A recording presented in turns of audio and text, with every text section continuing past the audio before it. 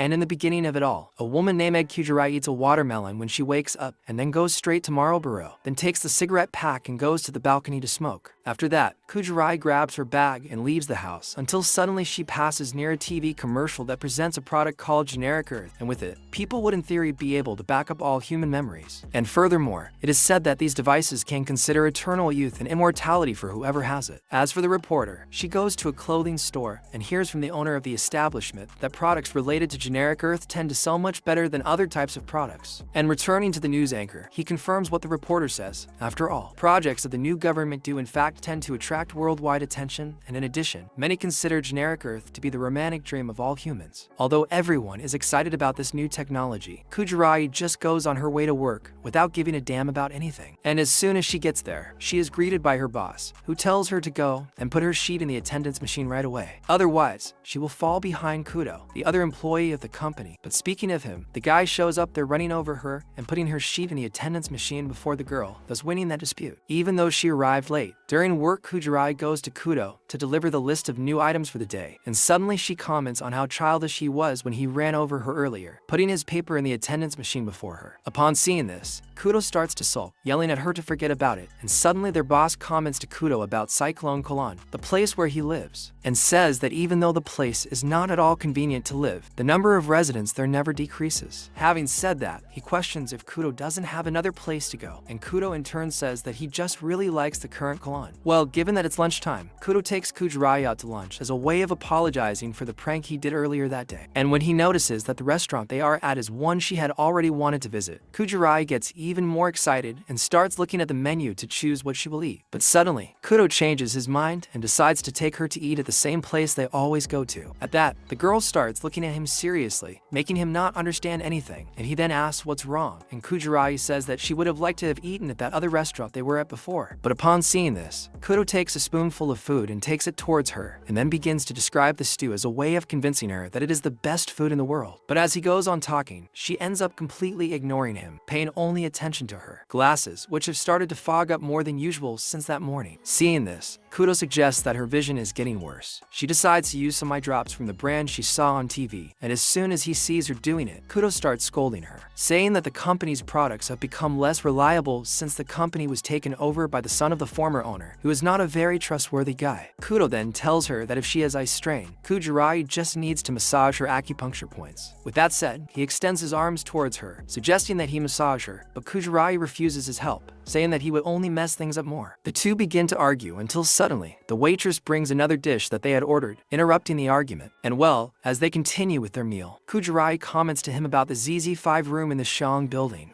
In this, Kudo says that the place it doesn't have air conditioning and is directly in front of the sun, so no one without a conscience would want to live there. Upon seeing this, Kujirai remembers another repair they need to do on the building, and Kudo in turn says that he prefers to fix things on his own, rather than always calling the owner. After all, the place is already very old and would need to be constantly renovated, which would make the owner end up getting resentful of them. And on the way back to the office, Kudo suggests that she fix her glasses as soon as possible, since working with a pair of lenses of the wrong prescription will certainly tire her eyesight at some point. And after going to the ophthalmologist, she discovers that her vision has actually improved. Therefore, the discomfort she felt when wearing glasses is because she no longer needs them to see, and upon seeing her without glasses, the boss says that she looks much better like that. Having said that, the old man asks Kudo's opinion, and he answers the opposite to her face, saying that he prefers her with glasses, as if he were bothered. And at another moment, Kujirai asks if he opposes the construction of the generic land, and he answers yes instantly, because he thinks it is absurd that they are using their tax money to build a fake imitation of the land. While Kujirai talks about the restaurant she wanted to go to earlier and says that the place is at risk of closing, since many new stores in Kowloon are expected to close soon. And speaking of that place, Kudo describes Kowloon as a nostalgic place due to its simplicity and slightly noisy neighborhood. For him, all these details make the place cozy. Therefore, he compares the feeling he has for Kowloon with love, and besides him, all the other residents of Kowloon feel the same feeling as him. And because of that, they want the place to remain intact and never change. While Kujirai, she says that she doesn't see anything nostalgic in that city, and instead, she feels this feeling of nostalgia when she sees Kudo. And when she sees that she ended up saying something somewhat suspicious,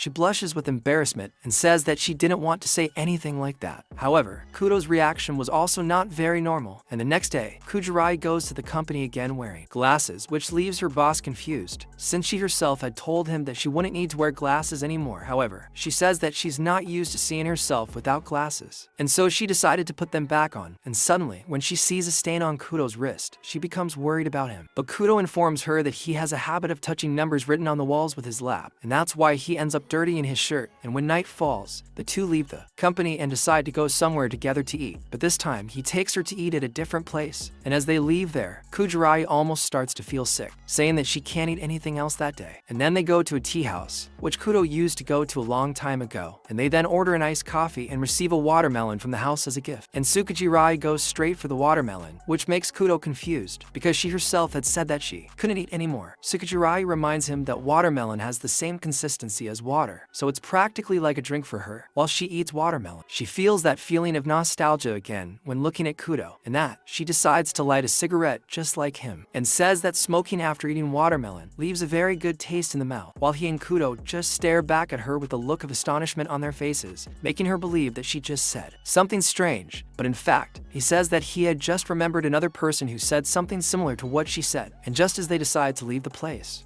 they are guided to the exit by the attendant, who says she's happy that Kudo brought his girlfriend to try her drinks once again. But here's the man getting confused with Tsukujirai and corrects him, saying that they're actually friends. And when following Kudo, she informs him about the confusion the employee made, believing that they're dating, at which point Kudo just laughs, and she asks if he intends to clear up this whole confusion. After all, the day he goes to the place with their girlfriend, in fact, the employee might end up finding it strange. But Kudo asks her not to worry about such things, and having said that, he gives her a fish as a gift, and she then takes the gift and goes home, but continues thinking about the conversation they had about meeting other people who have the same habit as them. And the next day, the TV broadcast a statement about the environmental situation in Kowloon at the moment, in which case they activated a photochemical smoke alert, so they suggest that people avoid outdoor activities so as not to come into contact with the heat and humidity. In the meantime, Tsukujirai goes to room 205 of the building and begins to renovate it, and starts the repairs with the painter, and due to the hot air that day, she starts to sweat a lot. But when looking at the wall on the other side still unfinished, she decides to continue the work by painting the other part as well. But when she gets up to go towards the wall, she starts to get dizzy, ends up falling towards the floor. But Kudo appears just in time to help her, preventing Tsukujirai from ending up getting the worst of it. In this, he starts to get worse for having arrived right when she was stuck falling to the floor. After all, he feels like a true hero, always arriving at the crucial moment of the plot to save his friends. That said, he hands her a tea and asks why she is doing all that work. Tsukujirai repeats what he had said some time ago, when he said that he was just aiming to provide a comfortable environment for the tenants. Hearing that takes on an even more special meaning, since it ended up influencing him too. He grabs the roller to paint and starts to fix the wall that was missing. Meanwhile, Tsukujirai stands in the corner, drinking tea and watching him work. Suddenly, she lowers her head with a serious look and notices that she likes Kudo as more than just a co-worker, even though he is a guy who likes her. And the next day, when she returns to work, she catches Kudo sleeping and decides to wake her up until suddenly, he pulls her on top of him and starts kissing her out of nowhere. Then, when he gets up and sees that he is kissing Tsukujirai, Kudo says that he ended up mistaking her for someone else. Then, the two continue their work and Kudo takes care of her, normally, as if it hadn't even happened. But Tsukujirai keeps thinking about it until suddenly, she finds an open drawer and decides to go and close it, and that she finds a photo of Kudo with another woman and deduces that it is the person he had mentioned earlier. And after seeing the photo, she returns to that tea house she went to with him the other day, and just as the attendant sees her holding that photo, he reminds her that it was he himself who took the photo, and in fact, the girl portrayed next to Kudo was Tsukujirai herself, at a time that she does not remember. My friends, now things are getting tight. She's over there in a photo that she doesn't remember taking, and with an air that certainly doesn't suit her. I want to see where this will go. Leave a like and subscribe, and I'll bring you the next part. I went